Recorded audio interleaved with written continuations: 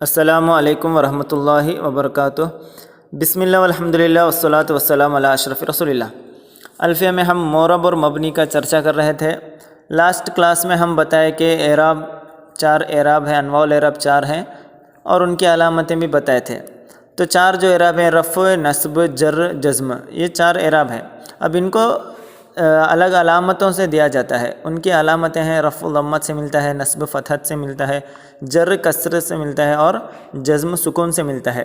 تو یہ اصلی ہیں، ان کا نائب ہو کر دوسرے بھی حروف آتے ہیں۔ کبھی رفع کے لیے ضمت کی جگہ دوسرا کوئی نائب ہو کر آئے گا، ابھی ان کا چرچا ہے۔ اوکے، تو اب جو نائب ہو کر آنے والے اعراب ہیں وہ چرچا کریں گے۔ تو سب سے پہلے بیت پڑھتے ہیں، دیکھو ورفع بواو وانصبن بالالف وجرر بیاء ما من الاسماء اسف من ذاک ذو ان صحبتا آبانا والفم حیث المیم منہ بانا۔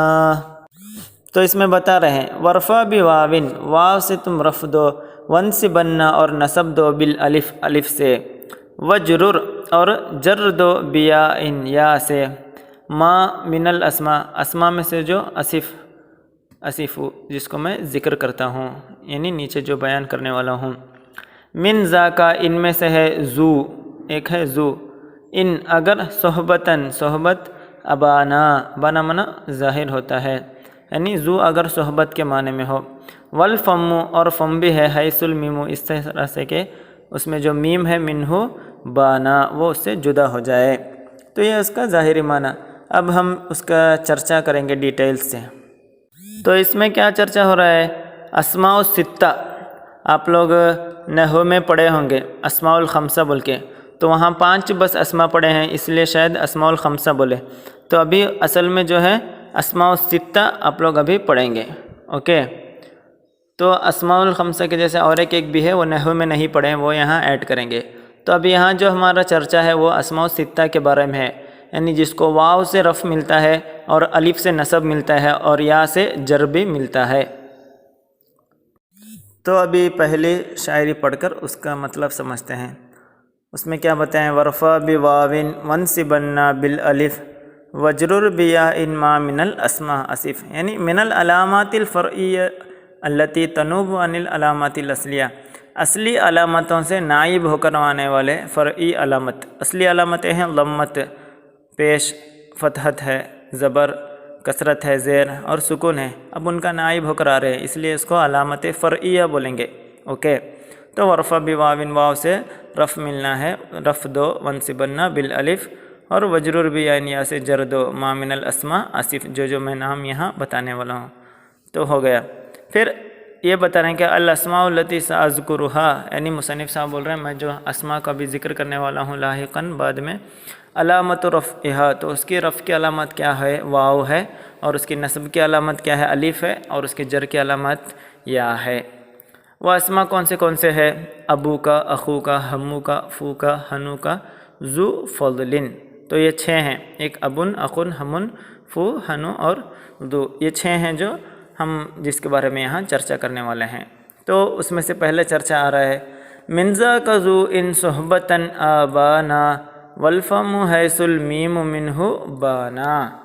من ذاک ان میں سے ہے، ذو ایک ہے ذو، ان اگر صحبتاً آبانا صحبت کا معنی اس کے اندر ظاہر ہو، والفمو اور اسی طرح فمو ہے، حیث المیم اس طرح سے کہ میم منہ اس سے بانا الگ ہو جائے، بانا معنی جدا ہو جائے، تو یہ اسماء میں سے ایک ہے من ھذی الاسماء ذو التی بمعنی صاحب، ان صحبتاً آبانا اگر صحبت کا معنی اس میں ظاہر ہو، مطلب صاحب کے معنی میں آنا ہے، تو ذو ہم پڑھے ہیں صاحب العلم، علم والا، تو ذو یہاں والا وہ معنی میں آنا ہے، ذو علم علم والا، جیسے ذو خلق خلق والا، ذو نباہت ہوشیاری والا۔